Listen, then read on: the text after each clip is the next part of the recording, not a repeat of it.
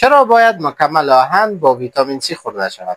قبل از اینکه سراغ معلومات بریم، فالو نمودن صفحه یادتان نرود تا اینکه شود ویدیوهای جدید به دست شما عزیزان قرار گیرد و برای من هم یک انرژی مثبت ایجاد شود تا برای شما عزیزان ویدیوهای علمی، طبی و جذاب ارائه نمایم. بدن انسان آهن را به طور کامل جذب نمی کند، مخصوصا آهنی که در گیاهان و سبزیجات است، مثلا آهنی که در پالک وجود دارد. پس ویتامین C کمک میکند که جذب آهن راحت‌تر و سریعتر صورت گیرد. مثلا اگر قرص آهن میخورید، کوشش کنید آن را با 1 گیلاس آب لیمو یا هم یک گیلاس آب مالته ای را مصرف کنید، چون لیمو، مالته و نارنج اینا که از خاندان سیتروس هستند و حاوی مقدار زیاد ویتامین C هستند و ویتامین C جذب آهن را راحت‌تر، سریعتر و سالم‌تر می‌سازد.